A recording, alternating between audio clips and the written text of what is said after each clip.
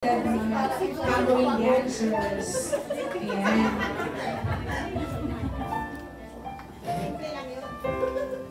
Simple pa ba yun? Ayan. Reminder lang po, pasilent po ng ating mga phones bago po natin ibigay ang ating sunod na portion ng ating mga. And the next part, the very important part of our service for today is the giving of our word. The word of God will be given to us by our very own and very handsome Senior Pastor Rodel Gabayan Sr. Amen. Palakpakan po natin! Thank you, Sister May. Matindi yung pagkilala mo. Very handsome. Handsome na handsome. Mahirap pag may baby, di ba? Praise God. Purihin ang Panginoon. Merry Christmas po sa ating lahat. At ngayon po ay pinagdiriwang natin yung Kapaskuhan. At alam naman natin na ang Pasko ay pag pinag-usapan ay Pasko, kaya pagka sa Pilipinas sobrang saya, pagka dito sa Hong Kong, malungkot. Dahil hindi po nila ipagdiriwang yung Pasko. At may mga bansa na hindi sila nagdiwang ng Pasko o Christmas. Kabilang na po yung China, Hong Kong. Pero dahil alam nila na sa Western countries at iba pang mga bansa sa Europa at ganoon din no, sa Asia ay Pilipinas lang ata talagang nagdiriwang, ay gumagawa din sila ng ganito, mga Christmas tree, diba? Mayroon sa Macau, mayroon sa Hong Kong, mayroon din para po ang mga foreigner ay masiyahan naman at maramdaman nila yung espiritu ng Pasko. So ngayong umaga, pakiano na lang yung aking kasi naubusan ng baterya yung aking winters kaya bahala na naman kayo dyan. Meron po akong inanda na mensahe para po maunawaan natin kung ano po ang ibig sabihin ng Pasko o Christmas. So tayo muna po yung mga sandali at manalangin sa Panginoon. O Diyos, salamat sa iyong kabutihan at ngayong umaga ay kami Panginoon ay sobrang masaya dahil kami pong inalala ang panganak ng aming Panginoon Kristo. At siya ay ipinanganak sa sabsaban at lumaki at pagkatapos ay namatay doon sa krus para kami ay matubos sa aming mga kasalanan. At sa lulang tatong araw siya po ay nabuhay, Ama, at nakaupo sa kanang trono mo, Diyos, sa ngayon. At siya naman ay nakaupo sa aming mga puso. Kaya salamat sa mga salita mo na aming pakikinggan ngayong umaga. Ikaw manguna sa amin, ipanawa mo sa amin, Panginoon, ang tunay na hulugan ng Pasko. Sa pangalan ni Kristo Jesus. Amen. Amen. So, kagaya na po ng sinabi ko sa inyo, ay yung ating pong pamagat ay the true meaning of Christmas. Kung may Biblia po tayo, ay ating pong babasahin sa Isaiah chapter 7 verse 14. At ito po ang ating mababasa. Kung mayroon pa kayong mga Bible dyan, sino po magrekomenda na mabasa dyan? Tinan mo nga sa Tagalog ha, doon mayroon tayong Bible dyan. Para mabasa natin, basahin natin. Hindi ko nilagay yung para lang mabasa natin lahat. Yung sa Isaiah 7:14. Isaiah. Yan. Okay, ano lang.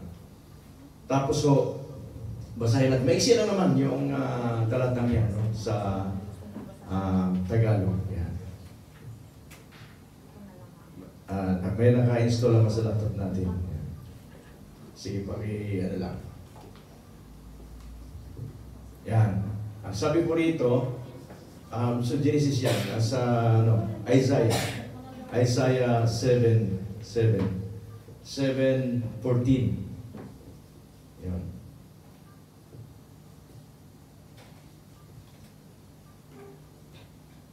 Gawa yan, gawa. Hindi na makuha. Akin na yung Bible ko dyan. Akin na yung Bible at saka yung aking cellphone yan. Hindi na makuha eh. Paano mag-prepare? Okay. Okay, so tingnan natin ha. Babasahin natin sa Tagalog yung pong yung Isaiah. Pasensya na kayo. 7:14.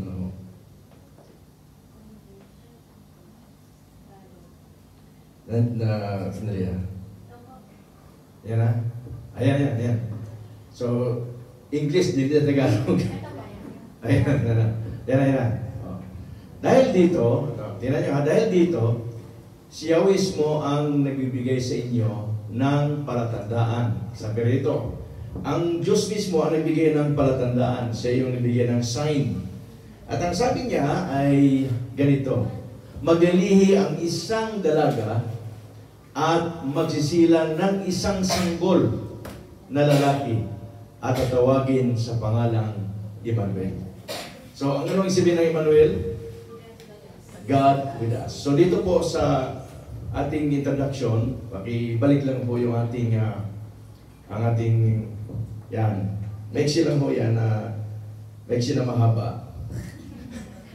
Now, what is the meaning of the word Christmas? Kasi controversial po ito dahil maraming mga religion na hindi nagdiriwang ng Pasko. Kasi ang sabi nila ay pagan practice. Now, the word is a compound of the words Christ and Mass. So, Christ and Mass. Pag idinutugtong mo, Christmas.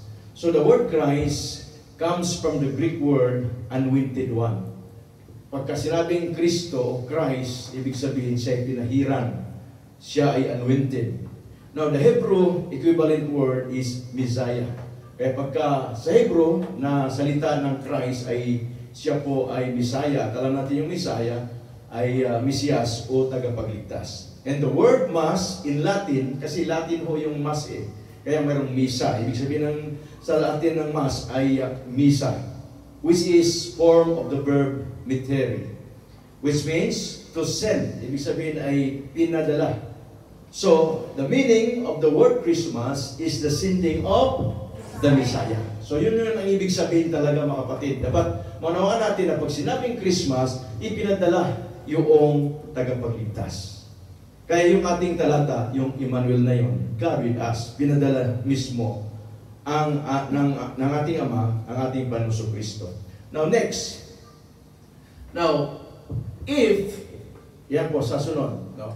If we celebrate Christmas according to original intent of the Christian Church, we are celebrating the coming of the Messiah. Kaya pag sinilibrate natin yung Christmas, ngayon, sinisibret ng itong linggo na ito, maaga tayo, sinalubong agad natin yung unang linggo ng December ng Christmas na ating celebration. Bilang mga manampalataya, ay ang ating siniselebrate, walang iba, ang ating Panginoong Kristo na dumating dito sa sanlibutan. So in our text, the prophet addresses the house of David, sabi ni Isaiah, yung text natin, meaning the family and descendants of King David, and speaks of a virgin being pregnant with a child and giving birth to a child. Na walang iba po si Maria, na nadalang tao at nagmula sa angkan ni David. Now Isaiah says, this in the context of it being a sign from God. Ito yung sign, sabi niya, palatandaan. He also says that the child would be referred to as Emmanuel. So yung talata natin, which means God with us. Kaya pagka nag-celebrate ng Christmas, ay ating sineselebrate na ang Panginoong Diyos, ang Panginoong Kristo, ay kasama natin. At lagi na natin siyang kasama sapagkat siya nakatira sa puso natin. Amen? Sa magitan ng pananampalataya. Nung nanampalataya ka sa Panginoon, doon nagsimula yung Messiah o Mesias, ang tagapagligtas, na si Kristo ay tumira sa ating puso. Now, ngayon ang tanong, what are the true meaning of Christmas? So, mayroon pong tatlong bagay, mga kapatid, ang totoong dahilan ng Pasko. Tatlo ang ibibigay ko sa inyo. The true meaning of Christmas is the Messiah was born as the Savior of the world. So, pagka sinabing Christmas, mayroong Kristo na ipinanganak dito sa mundo para tayo ay iligtas. Na walang iba, siya yung ating dapat sa buong mundo ay kanyang iniligtas. At ang kanya pong pangalan ay pinangalanan po natin Jesus Christ. Now, minsan ay, sabi pastor, ay ayaw natin mag-celebrate ng Christmas kasi nga pagan practice yan. Alam nyo, yung pong kasing word, bago ko basahin yung Luke chapter 2, verse 4 to 11, yung pong Christmas kasi, natapat lang ako kasi, doon po sa history, magbigay lang mo ng kunting history, background lang, no? Bago ko basahin yan. Yung pong Diyos na tinatawag na Saturnalia o Saturn o Saturno, ito po yung Roman gods at pinagdiriwang ho nila yon nung panahon na yon ay pinagdiriwang nila tuwing December 25. Kaya nga ayaw ng mga ibang reliyon na i-celebrate yung Christmas sa mga pagano. Pero hindi ho yan sinadya. Talagang natapat lang na yun ang pagdiriwang ng mga Kristiyano ng kapanganakan ng Panginoon. Pero hindi natin alam kung kailan talaga siya ipinanganak. So ayon po doon sa marami akong binasa ng mga books, mag-research, ayon po sa mga Bible scholar, ipinanganak daw ang Panginoon ng bago mag-winter. Kasi bago mag-winter daw ay di pa masyadong malamig. Kasi nandoon daw yung mga pastol nag-alaga ng tupa. Kasi pag super lamig na sa Israel ay mahirap lumabas at nagtatago sa tupa at saka yung mga nagbabantay ng tupa, pati pastor. So, ang sabi nila, September or October o November ipinanganak ang Panginoon sa 3 buwan niya. Pero sa palagay ko parang November 14 nata siya ipinanganak. Kasi kabirte ko eh. Now, yung iba naman, ang sabi nila, sa tagsibol. Kasi may mga tupa, pinapakain, may pastol. Pag tagsibol, ibig sabihin niya na spring, di ba? So, ang sabi nila, March, April, May. Doon ipinanganak ang Panginoon, sa 3 buwan na yan. Now ngayon, wala tayong pakialam kung kailan ipinanganak ang Panginoon. Ang mahalaga, amen, na mayroon tayong sineselebrate na siya ipinanganak dito po sa sanlibutan. At ito po ang kanyang istorya ng kapanakan. Luke chapter 2, verse 4 to 14 at 11, sorry. Ang sabi nito, umahon din si Jose mula sa Galilea, mula sa bayan ng Nazaret, patungo sa Judea, sa lungsod ni David, na tinatawag na Bethlehem, sapagkat siya'y mula sa sambayan at lipi ni David. So, yun po yung istorya dito. Then, verse 5, upang magpatalang kasama ni Maria na kanyang maging asawa na noon ay malapit ng manganak. Samantalang sila'y naroon, dumating ang panahon ng kanyang panganganak. Dumating na yung panahon ng panganak. At kanyang isinilang ang kanyang panganay na anak na lalaki. Binalot niya ito ng mga lampin at hiniga sa isang sabsaban sapagkat walang lugar para sa kanila sa bahay panuluyan. Nakita natin na yung Panginoon Kristo, simple lang talaga yung buhay. Hindi siya pinanganak sa mansyon, hindi siya pinanganak sa pinamayaman na bahay, pinanganak po siya doon lamang sa isang sabsaban. At ipinapakita po na ang Panginoon Kristo ay, bagamat mayaman, ang sabi ng Bible, ay nagpakarapata para tayo magpayaman. Mayaman ang ating Diyos. Kaya lang, gusto niya na abutin ang lahat ng tao. And then verse 5, verse 4, sa laban yon ay may mga pastol ng tupa na nasa parang na nagbabantay sa kanilang kawan sa gabi. Kita niyo, nandun yung mga pastol nagbabantay sa kawan ayon sa verse 8. So nagbabantay, ibig sabihin ay nasa labas sila at binabantayan yung mga tupa. Kaya ang sabi ng iba ay talagang tagsibol kasi daw yung mga tupa ay kumakain ng mga damo. Tumayo sa tabi, verse 9, tumayo sa tabi nila ang isang anghel ng Panginoon. At ang kalatian ng Panginoon ay nagliwanag sa palibot nila at sila'y lubhang natakot.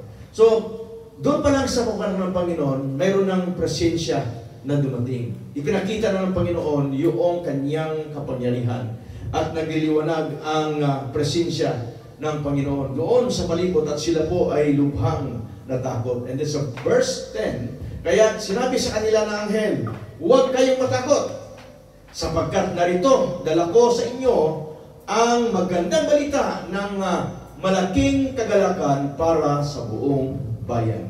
And in ano yung kagalakan ng verse 11? Sapagkat ipinanak sa inyo ngayon sa lungsod ni David ang isang tagapagligtas na siya ang Kristo, ang Panginoon.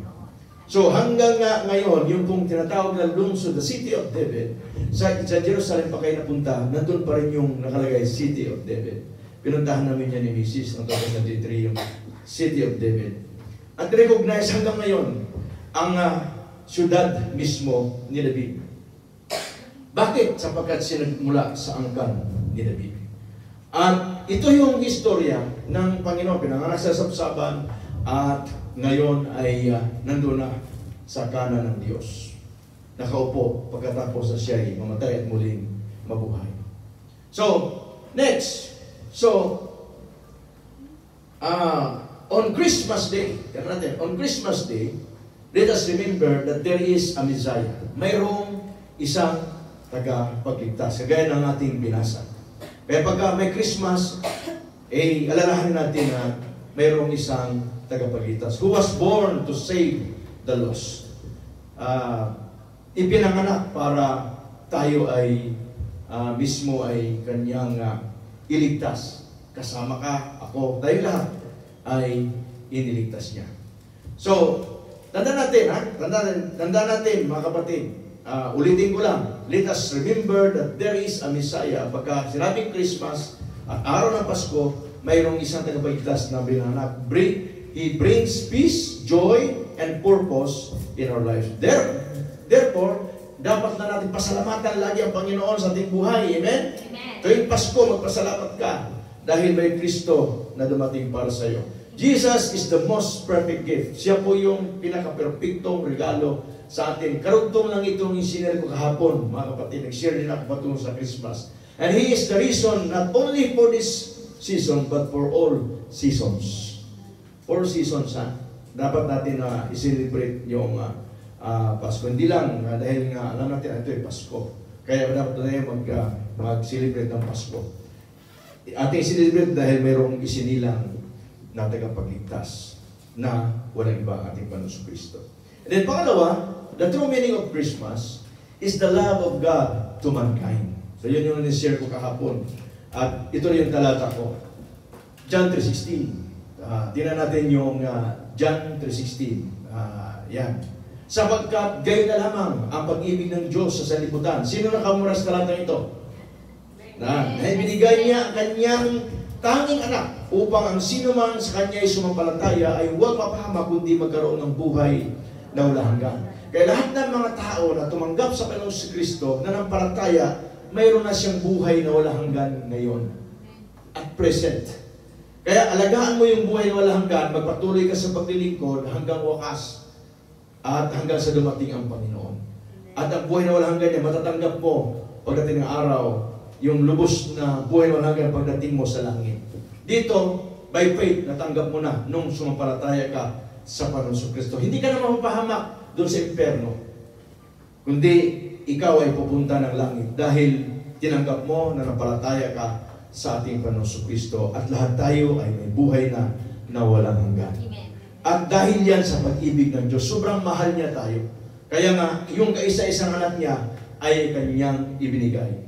Now next, God is a God of infinite love. Tanda natin. And Christmas is the supreme expression and evidence of His love to mankind. So kaya, ganun katindi kayo. Pag sabihin, may Pasko ngayon, Christmas ngayon, isipin mo na sobrang mahal ng Diyos yung tao. Pag sinabi, for God so loved the world. World, ibig sabihin ng world dito, ay yung mga tao. Ito ang mankind, sangkatauhan. Yun ang ibig sabihin. Pag sabing world, sangkatauhan yun.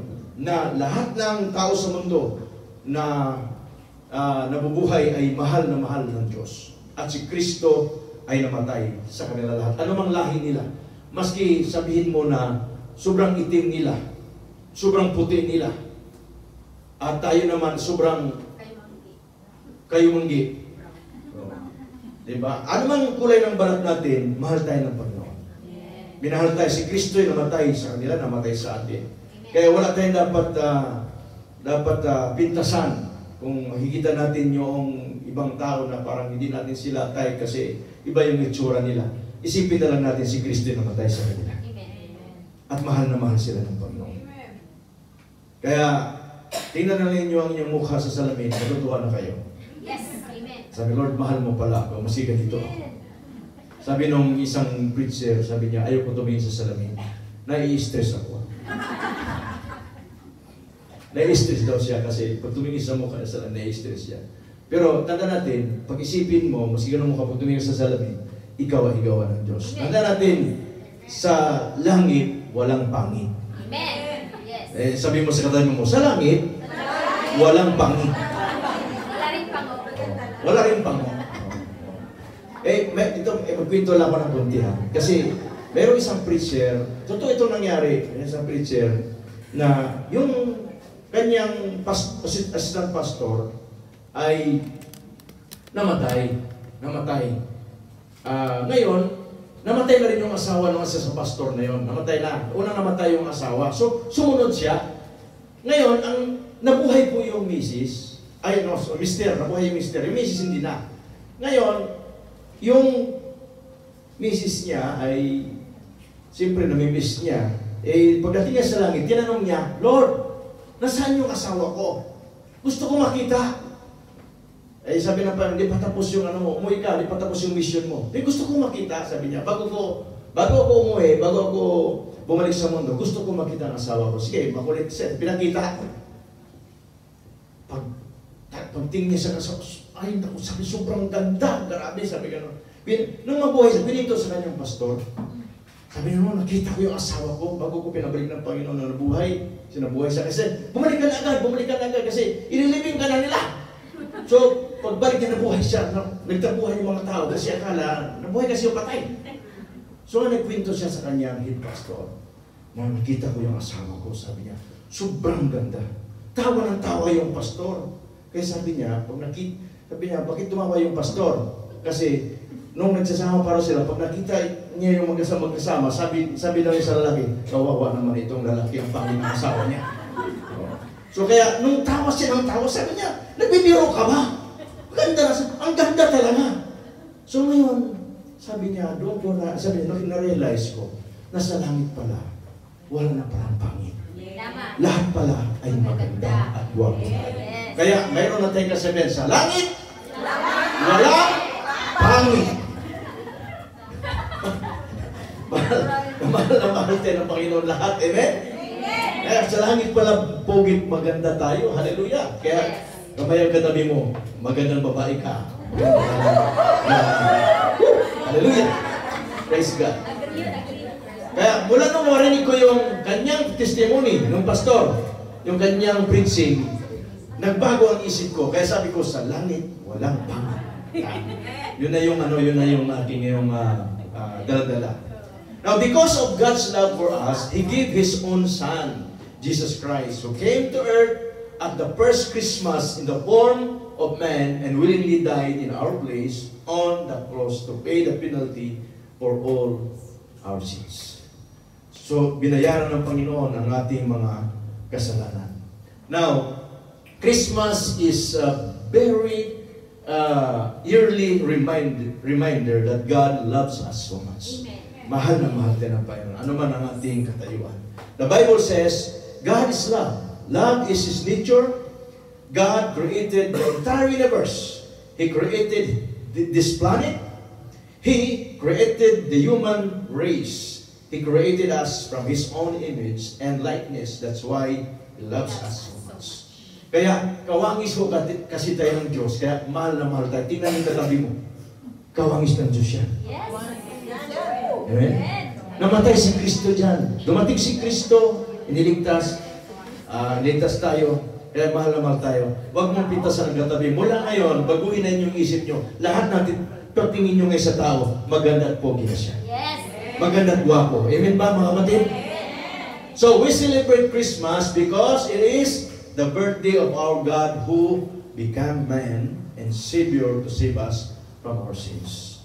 So, ito pa natin, a God who came to share His love with us. Walang iba ang Panginoon si Kristo. And a God who came to live with us always as Emmanuel. Amen? So, nandiyan ang Panginoon si Kristo. Siya lagi yung ating Emmanuel, ang Diyos na kung saan ang nagligtas sa atin, sa ating mga kasalanan. And then number three, mga kapatid, sagot sa ating what are the true meanings of Christmas. So number three, the true meaning of Christmas is the generosity of God, the Father, because He gave His own Son. Kaya pagdating sa Pasko, ito yung maalala natin na mayroong isang napaka-giver na Ama, napaka-generous na Ama. Romans 8:32. Siya na hindi pinagkait ang kanyang sariling anak, hallelujah, kundi ibinigay dahil sa atin lahat. Sa ating lahat, bakit naman hindi ibibigay sa atin nang walang bayad ang lahat ng mga bagay? So, dito po, ano ba yung inihiling ninyo nitong Christmas? Ano yung inyong mga Christmas wish sa Panginoon? Ano yung gusto ninyo mangyari sa iyong buhay? Ano yung mga bagay na hiningi ninyo? Ito na yung pagkataon na humiling kayo. Sapat ang sabi dito, kung ibinigay nga niya kanya kayo sa isang anak, hindi kaya niya kahibigay ang lahat ng bagay. Amen.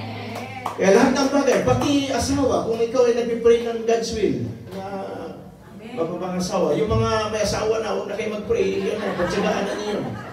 So, yung wala lang, na gusto niyo mag-asawa, na nagkakaedad na kayo, di ba? So, ito yung panahon na, Lord, ibigyan mo ako, Panginoon, ng partner. Ang Diyos ay nakikita yung ating longing, nakikita yung ating puso, ibibigay ng Panginoon. Tanda natin, ito po, Apostle Paul says, next, Apostle Paul says, He who did not spare His own Son, but gave Him up for us all. So as a result of this undeserved gift, are we generous toward God and others in the same way God has been so generous toward us? Mga kapatid, ito yung tanong. Kung ang Diyos ay generous, tayo din ba ay generous, lalo na sa iba? Amen ba? Amen. Generous ba tayo? Amen. Now, Christmas is a reminder of God's generosity. Kaya pag sinabing Christmas, ito yung pagka-generous ng Diyos. We have the same privilege of reflecting His generosity, not only during this season, but throughout the coming year. Dapat araw-araw, taon-taon, buwan-buwan, ay dapat magiging giver tayo. Amen. Bakit? Sapagkat ang sabi sa Proverbs, basahin natin ha, binasa ko rin kahapon ito, verse 11, verse 24 hanggang 25, may taong nagbibigay ng masagana at lalo pang yumayaman. Kaya yung mga taong generous, nagbibigay ng sagana, lalong yumayaman yan. Pero yung mga taong kuripot, yung mga taong talagang makunat pa sa alas 4, ay talagang hindi talaga yayaman yan. Kaya bakit? Sapat may nagkakait, ito yung kuripot, may nagkakait ng dapat ibigay. No, ayaw niya, dapat ibigay, ayaw pa niya ibigay. Ngunit, naghihirap lamang. Kaya yung mga taong mga hindi generous, makikita mo yung buhay na hirap. At minsan, lubog pa sa utang. Pero yung mga taong generous, yung mga taong pinagyaman ng Panginoon. Amen ba, mga kapatid? Amen! Ako'y, may patututo lang ako. No? Kasi nung dati, meron po akong isang member na caretaker ko sa church, tapos siya rin naglilinis, nagnegosyo po siya. Sabi ko sa kanya, maging generous ka, tinuro ko sa kanya yung, dahil siya na-offering lahat, gawin mo. At yung kanyang simulang business ay hanggang sa lumaki. Pagkatapos, pagka nandun sa church, pagkahapon, kumakain kami sa las, niyayaya ko pa sa kumita ko ng bunti, kahit na ng lugaw. Tuko at baboy yung aming kinakain na partner sa lugaw. Pag walang tuwa-tawa, itlog naman ang partner namin sa lugaw. So lagi yung lagi. Ngayon, dahil pinagyaman siya ng Panginoon at naging milyonaryo siya, pag ako umuwi, Pastor, automatic yan, pag nandito ka, kahit din sa labas, pagka tayo naman bago ka umalis, kakain ulit tayo. So, ngayon, at marami siyang nagdala ng Panginoon, sa Panginoon, ng mga milyonaryo din. So, niyahin niya. So, naging ka-church na din. Ngayon, pag nandun ako, yung mga milyonaryo, mga membro, nagdala ko sa lahat ng restaurant, lahat ng mga hotel sa Manila at sa Metro Manila, na ikot nata namin. Wow. Sa matagal na panahon, na tuwing ako yung umuwi. Ito ang huli, sabi niya, gusto kain tayong dalawa. Sabi ko, pampihira. Sabi ko, alam mo ba yung kinakain natin ng araw? Lugaw lang Kaya nitilugan tayo dito sa Suler. Kawain namin ganyan. Pagkatapos sa Pastor, huwag ka na umuwi. Meron 5-star hotel yan. Sabi niya, meron akong yung kwarto dyan sa taas. Doon ka na matulog. Kasi uwi ako doon sa bahay. Ito ng pag-aalam kami. Sige, matulog ka na. Eh, sabi ko, sige. Alalahanin mo yung sa pagiging generous niya, i-bless siya ng gusto ng Panginoon. At naging bilyonaryo nata siya ngayon.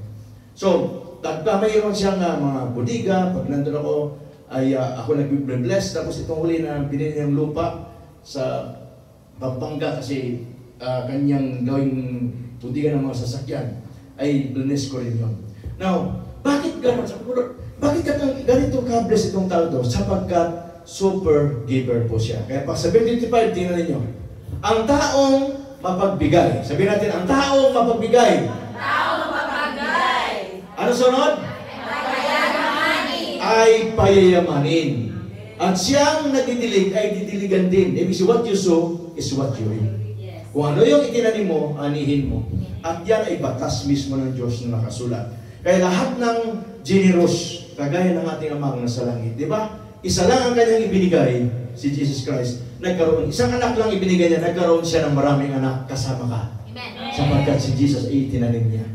At dahil kay Jesus na kanyang ibinigay, napakarami anak na yan, hindi na mabilang sa buong sanlibutan. Hallelujah! Dumami ang Kristiyano. Amen? Amen. Dahil kay Kristo. Kaya nga, Kristiyano kasi si Kristo ang pinagmulan. Kaya Christian tayo dahil nakilala tayo sa ating Panginoong Kristo. Yan po, tandaan natin. Now, ang sabi ng Panginoon sa Acts 20 verse 35, may kinote dito. Sa lahat ng bagay, sabi dito ni Pablo, ay pinakita ko sa inyo na sa ganitong paggawa ay dapat tulungan ang mga mahina. Noon pa, tumutulong na rin si Pablo sa mahina. Alalahanin, sabi niya, ang mga salita ng Panginoong Hesus, ang Panginoon mismo nagsabi, na siya mismo ang nagsabi nito, sabi niya, higit na mapalad ang mga mapagbigay kaysa tumatanggap. Kaya dapat talaga, huwag mong isipin na itong Christmas, tanggap ka lang ng tanggap.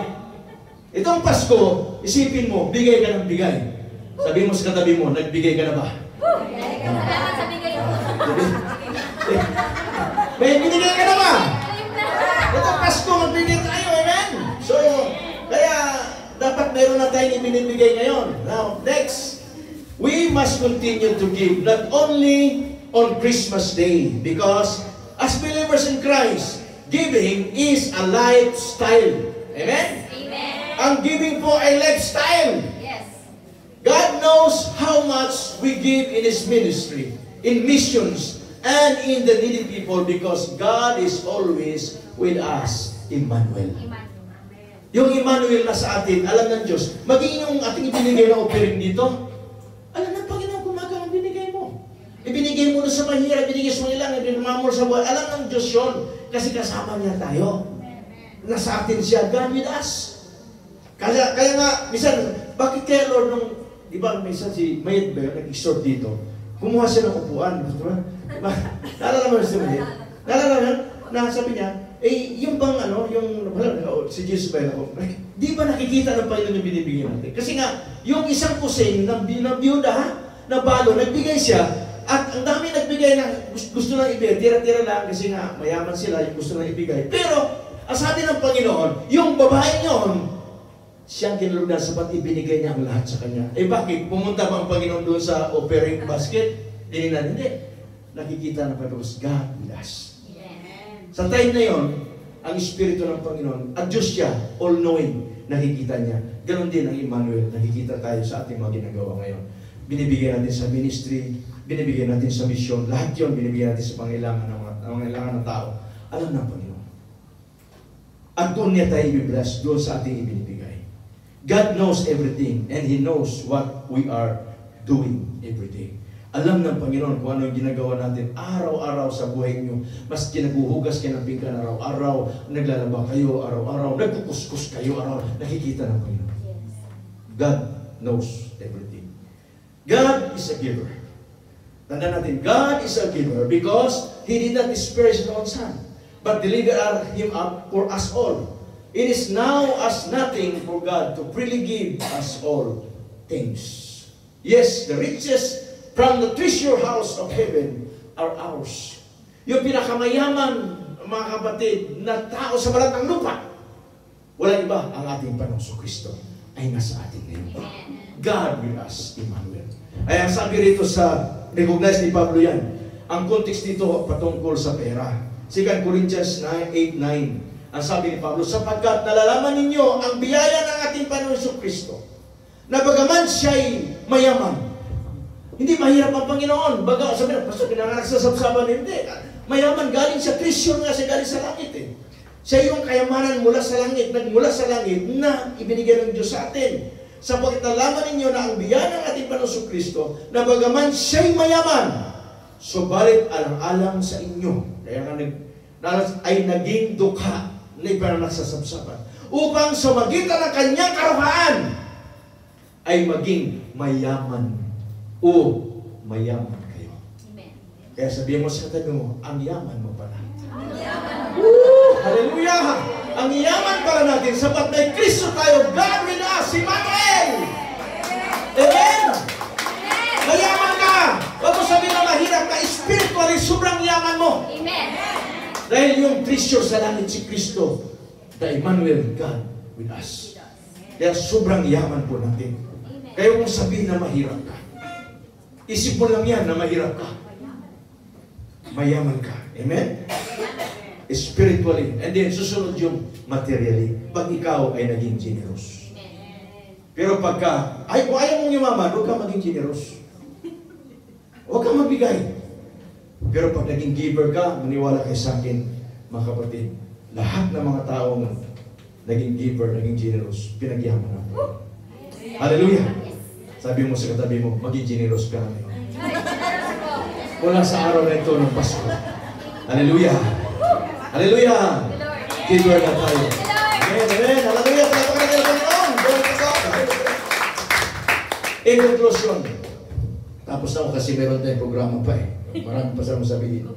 Okay? One of the meanings of Christmas is the feast of Emmanuel because God of the New Testament is a God with us. Amen. Yung Diyos natin sa bagong tipan ay walang iba si Kristo na sa atin. As Emmanuel, Jesus is present to us every day by the Holy Spirit.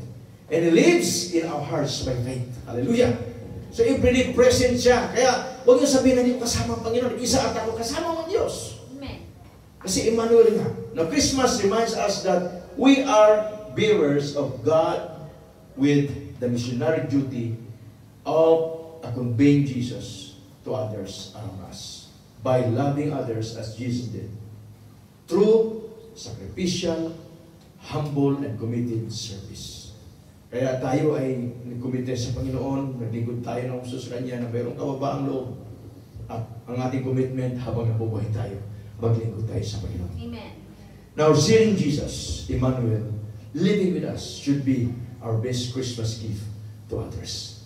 Kung mayroon man tayong pinakadakilang regalo ngayon ng Christmas gift, mga kapatid, sa iba, sabihin natin na mahal ka ni Jesus. Sabihin mo sa katabi mo, mahal ka ni Jesus. Ulitin mo, I love you with the love of the Lord. Amen? So, kaya mahal ka ni Jesus, kaya kumanin mo rin yung kapatid mo. Amen? Amen? Ulitin natin, mahal ka ni Jesus. Dahil mahal ka ni Jesus, mahal din kita. Hallelujah! Amen, amen! Hallelujah! Praise God! Glory to God! At tayo lahat po ay tumayo at kamayan natin ating katabi. Sabihin natin, Merry Christmas! Hallelujah! Oh, maganda yakapin yung katabi nyo. Sabihin, Merry Christmas! Hallelujah! So, ang pagmamahal natin, ang pagmamahal hindi lamang ay Pasko, kundi araw-araw ay Pasko. Amen? Araw-araw ay Pasko. Amen? Sabihin natin, araw-araw ay Pasko. So, araw-araw, magmahalan tayo. Araw-araw, magbigayan tayo. Amen ba, mga kapatid? Amen. Hallelujah. Tapos ating kamay natin, ako'y manalangin sa ating lahat. Hallelujah. Dakilang Diyos, maraming salamat, Panginoon, sa iyong mga salita na nagpapalala sa amin na mayroong Kristo na dumating, Panginoon, sa mundo para kami ay ligtas. The Emmanuel, God with us. Kaya salamat o Diyos sa pangako mo, hindi mo kami bubayani na iwan niiwan mo man kami, Panginoon. At ikaw ang Diyos noon, kahapon, ngayon, at magpakailanman na aming pinaglingkuran. Buhay na Diyos na nakahanda na kami ay i-bless sa aming buhay, Panginoon, sa araw-araw at tugunin ang aming mga pangailangan. Kaya ngayong Pasko, ano man ang mga hiniling ng mga kapatid nito, habang nakarating kami namin, Panginoon, ipagkaloob mo po sa amin. Ipagkaloob mo po sa kanila. Salamat sapagkat ikaw na, Panginoon, magpala sa bawat isa. Mula sa araw na ito, Panginoon, hanggang sa sunod na mga araw, hanggang sa sunod na mga taon, Lord, ay magtatamasa kami ng biyaya na mula sa inyo. Sa pangalan ni Kristo Jesus, tayo namin sabi ng Amen. Amen. Praise the Lord. Glory to God. At tayo po ay pwede nang umupo at bago